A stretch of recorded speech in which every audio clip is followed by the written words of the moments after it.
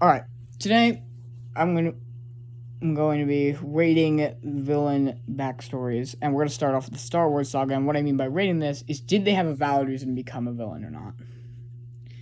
We're going to start off with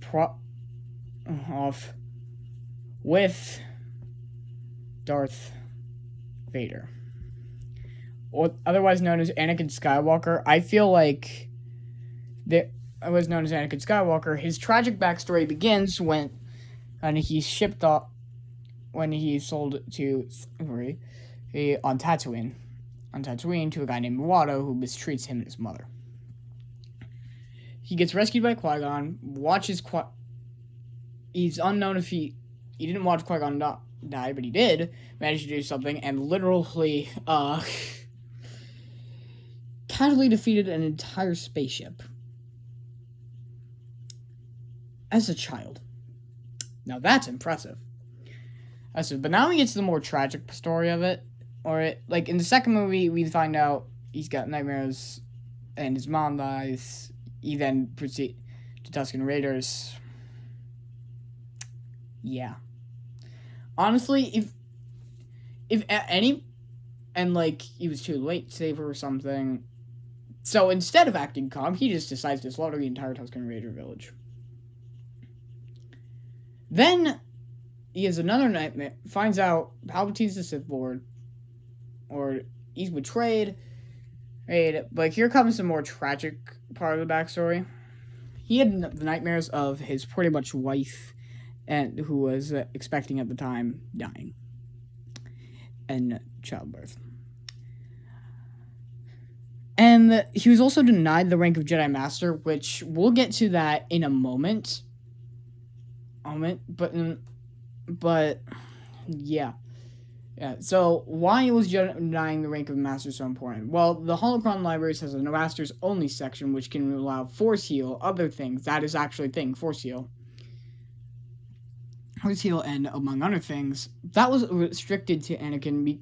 As May said, and I quote, "You are on this council, but we do not grant you the rank of Master." Like, that alone could be and eventually his entire villain arc starts when, like, he would pretty much Mace, who really window, the guy who literally denied him master ranking, literally decides to try to kill the one person he considers a father, because he never really had one. Chancellor Palpatine, who he finds out is evil. But honestly, do I think this was yes. Like, I don't... All the facts aside that Palpatine was a Sith Lord for a second, Palpatine's literally like a father figure to Anakin. So... Yeah. Then pretty much a whole fight goes on with his bestie, who calls him his brother, even though they're not even related.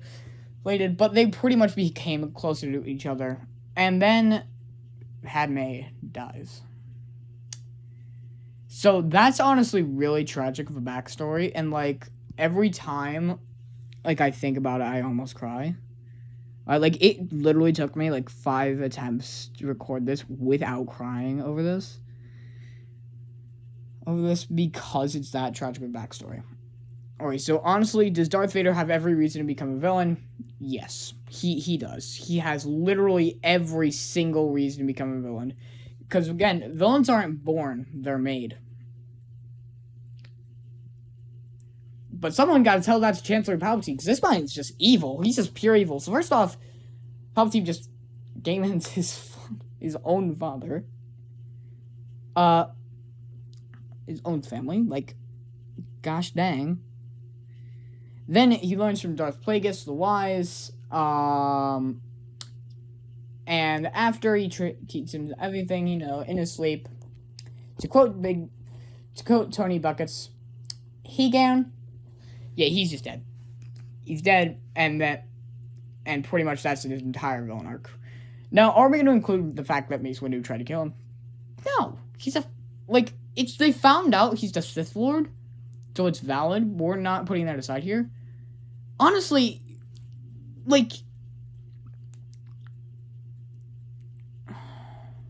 He does not have no reason to become a villain.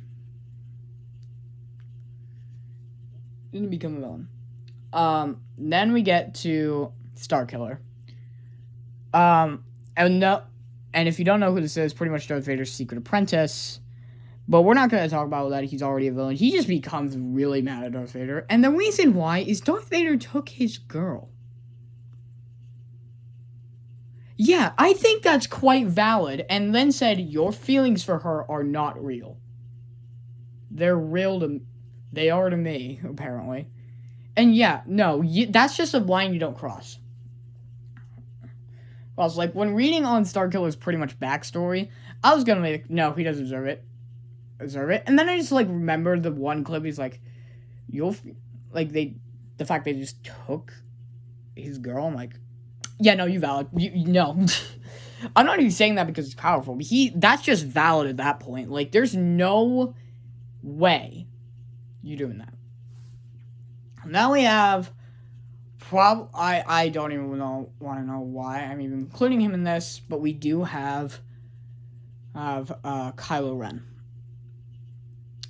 otherwise known as Ben. Now, his story in canon is, like, a lot, but pretty much, I'll give it to you in a nutshell, he does not deserve it. Like, this man did the same thing as Anakin Skywalker, but with fire. Alright, if you don't know the deep Star Wars lore, in Revenge of the Sith, Episode 3, Anakin marches to the temple with his boys, and, well... Yeah, let's just say let's just say it was a court trial. He'd definitely be found guilty for mass murder. But, pretty much, yeah. That happens. And then this man just, like, turns sides, like... Yeah, no.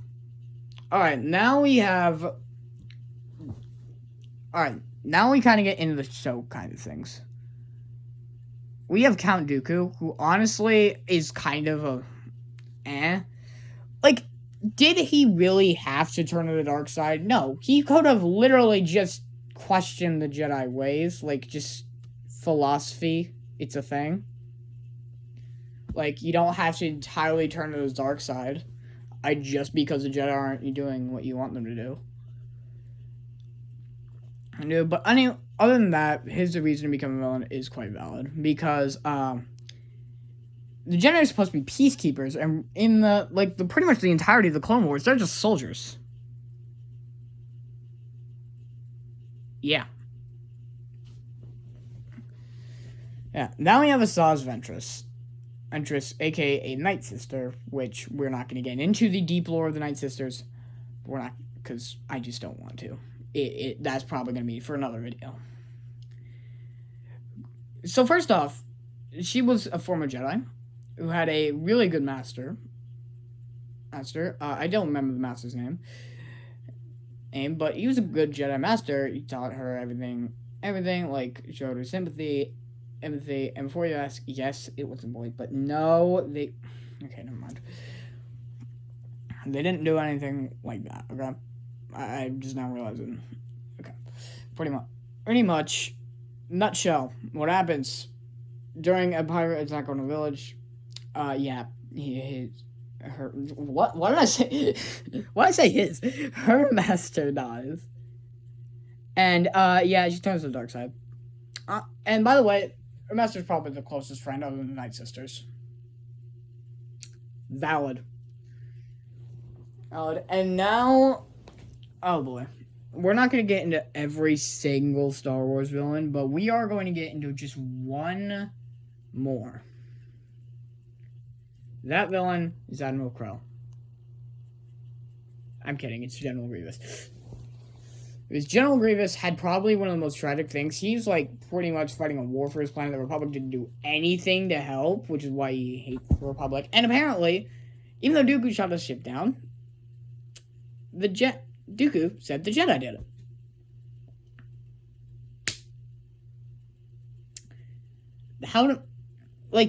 This guy was a noble fighter, too, and now he's just a cyborg. And, yeah, he literally just dies to a blaster. Anyway, those are the villain rankings. Like, are they valid? So, which one is probably the most and the least valid?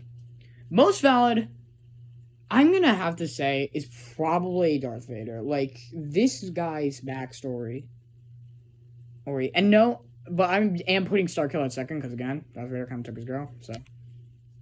Least, that's easily Emperor Palpatine. Like, there's no way. I'm not gonna say anyone else but Palpatine.